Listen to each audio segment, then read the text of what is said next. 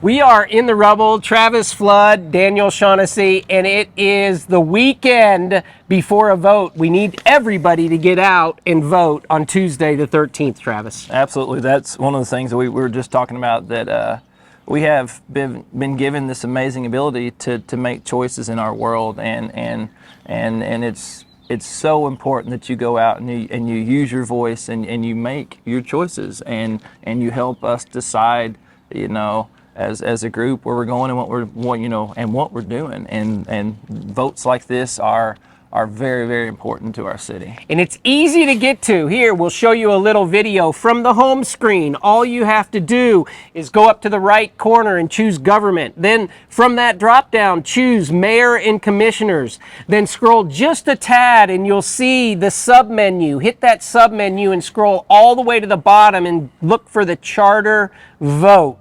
When you hit that, you come to a page that is beautifully set up to give you answers to questions. It shows you the colorful sheets with all the information on it. Right. There's a lot of information there that the city has made available for all of us. Yeah. Travis, I know since you've been on board for the last couple of years on the city commission, that's been a big deal, is just trying to get the word out to people of how important it is that they get out and vote on things like this. Yeah, absolutely. And sometimes it's hard for folks that find themselves in a situation where, like, wow, okay, what should I vote for? Why is this important? How do I? And then but it's there, and if you take a few minutes and you read through it, and if there's something you need more clarification on or need some more understanding, then ask. Yes. If it's something that doesn't make sense to you, or something that you're confused about, don't just take it and go, oh well, I guess that's all they've got for me. Ask and try to find out what how it sets with you and what makes it the right the right yes or no for you. Yeah. But literally, it's so important that we vote, that we get out and vote continuously. We'd like to see our voter number go on the rise so that everybody has a voice in our community. And these are 7 propositions that our commission feels are very important. Our staff came with the recommendation saying, hey, we need to tweak this, we need to change this, we need to get these things done. And it's expensive to do an election like we're doing now. We must now come together, vote on these things, get it right so we can move forward and grow. Yeah, absolutely. Now, also something that Commissioner Flood, Travis has been very involved with has been the recovery efforts, and I know that's close to your heart. Yeah. We are now roughly 7 weeks out from the devastation, and Travis, tell us some of the things that you've seen that are uplifting about this last period of time, because it's so much devastation for so many people.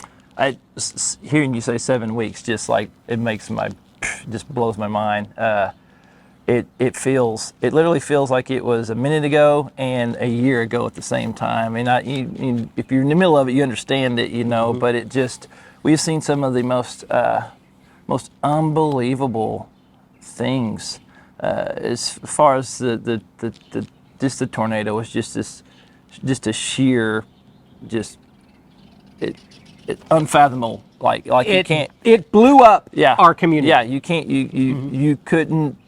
You couldn't outguess it. You couldn't understand it. The way that it rolled through and split Shawnee directly in half, just unbelievable to see it. But then what is crazy about how it literally rolled through the center of our town and tried its best to rip us in half was how 30 minutes later, everybody was coming back together. Mm-hmm. Everybody from everywhere was out, and they were trying to do their best to make sure that their friends and their loved ones were okay. They were trying to clear streets. They were trying to, help any and everybody. Complete strangers became loved ones in a second, because it didn't matter who you were, didn't matter where you came from, didn't matter anything about you other than, are you safe? Can I help you? What do you know? And that was just this amazing outcry. And then minutes after that, it was, okay, let's get our resources together. Let's get our things going. Let's put on our caps and start thinking about how we're gonna move forward from this. And then it was just unbelievable how quickly things fell together. All all of the amazing leaders and people in Shawnee that came together, and the outside communities came together just for the purpose of, like, how do we do this? Yeah. Because this is something that we haven't done in a while. And, the Bethel tornadoes came through, and it was terrible, and the ones that came through and hit North Rock Creek area, those were terrible. But they were smaller events that were more, More of a rural aspect. and they weren't as devastating. They were devastating to the individuals that impacted, but not as widespread. Right. And so seeing this, it was amazing how having that much damage and how many of those folks were impacted, how quickly we came together, and how we've been able to change things. And so many drive around town, and we don't realize all the work that has taken place, because there are still pockets that you're going, wow, why hasn't that been cleaned up? Or wow, why hasn't that been picked up? But there is so much to have to get done in devastation like this. We've actually needed outside forces to come in and help, and we shouldn't even say need. Outside forces stepped up and came in, and I know you've been right in the epicenter of all of that. Talk a little bit about some of the outside help we've gotten. Yeah, so we, from the beginning, amazing organizations like the Red Cross and Salvation Army, corporate, and then FEMA and the state. FEMA was here within seconds. The state sent down amazing folks to organize and help do different things. Golly. Let's see, Samaritan's Purse. Yeah. The Baptist Disaster Relief. Let's try not to mention all the names, because we're going to leave somebody out. So many. Let's talk about how they help. So they came. They brought their tools. They brought their knowledge of how to recover and rebuild and repair from a disaster. And they just said, "We're here to help. What do you need?" And they started digging people out of their houses. They started cutting giant trees away from places. They started hauling debris to the road to be moved away. And then they just started loving on people. Yeah. And they brought hope to so many folks that they walked out their front door and they saw, like, oh my goodness, there's no hope, because this, even in areas, and this is what was so crazy about this, the areas where the house was damaged and there was so much, the roof was gone and the windows were knocked out.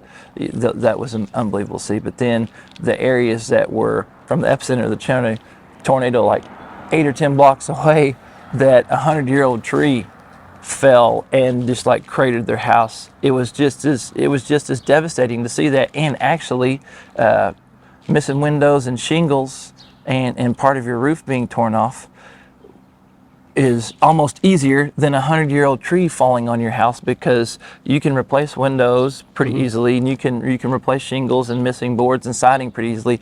But the effort and the sheer just insanity of removing a 100-year-old tree from the top of your house has just been so hard for so many families. And those crews came in and they helped do that, and they're still doing that right now to this day.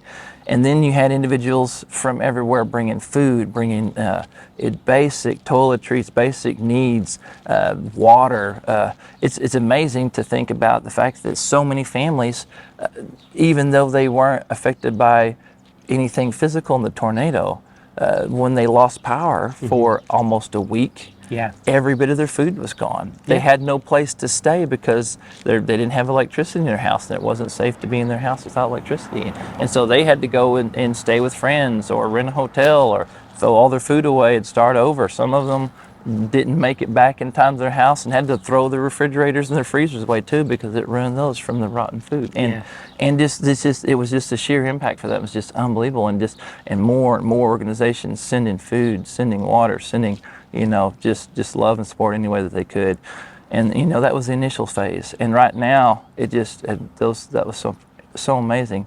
And so this last week and the week before, and next week and after that, groups from out of state are coming. And one of the most amazing things ever, a group of 16 kids from southern Missouri that were in a college tour. They intentionally diverted their tour through the South, learning about agriculture, to come here and spend a day helping clean up, and we spent all day cleaning up, remove some unbelievable debris from parts of people's houses to the road so it could be cleaned away, and some of the hardest working kiddos I've ever seen in my life. There's a group of 50 kids right now from Plano, Texas, and their youth group that chose to come here, and they're staying in the city and they're coming here, and they're going to be here at 10, and they've been working all week cleaning and just cleaning and moving debris. There's another group coming tomorrow. There's a group of realtors who said, hey, these are our people, we're going to get together. And it's just this outpouring of people that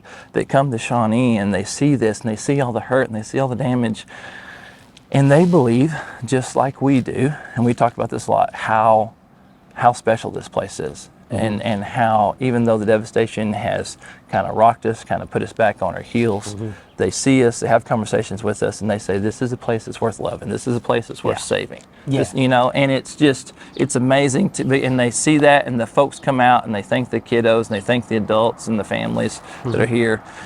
And it doesn't take them long to we talk about that insane thing that is at that Oklahoma, we call it the Oklahoma standard, that we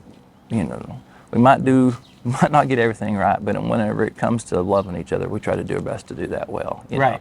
And so we've got to. Yeah, right. We've got to. And so that's been absolutely amazing to be a part of, and to see, and gosh, it's there's still so much work to do, and there's still so many people that are struggling and trying to find things to help make their world better.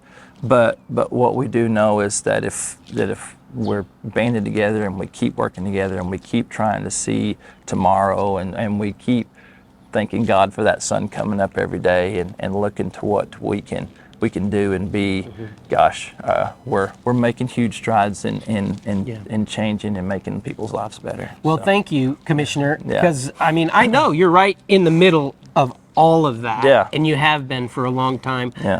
Definitely people, I believe, within our community recognize the number of community members who have come together, and you're one of the spearheaders of making sure everybody knows what to do and getting things done. Thank you, Travis, and for thank that. you and always for sharing information and doing your best to let people know what we do. Yeah, we do, exactly. And that's just a microcosm of why we are community. And as community, we want to get the information to you so that you can make an informed vote.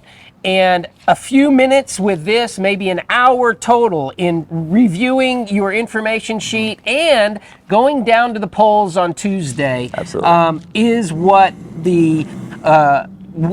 our community needs now and into the future. We just need to stay together. And Travis, you know this, I know this. Together, Shawnee, we build community one season at a time. Let's get out and vote. Go vote.